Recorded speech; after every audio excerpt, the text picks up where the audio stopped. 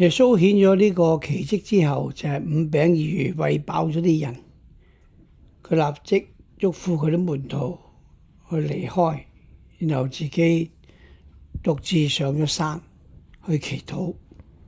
因為佢明白呢一個處境，佢啲門徒會非常之高興，因為啲人要擁立佢為王。但係佢知道呢個唔係佢嚟嘅目的，但係啲人冇因為咁而散去，反而周圍去尋找佢。尋找咗佢之後，耶穌再一次教訓佢哋：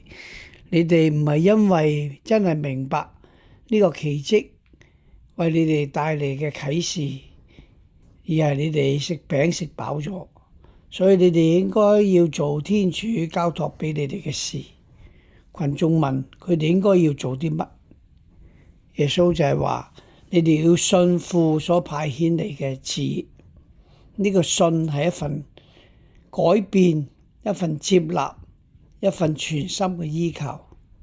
讓我哋都能夠有呢一份嘅信德。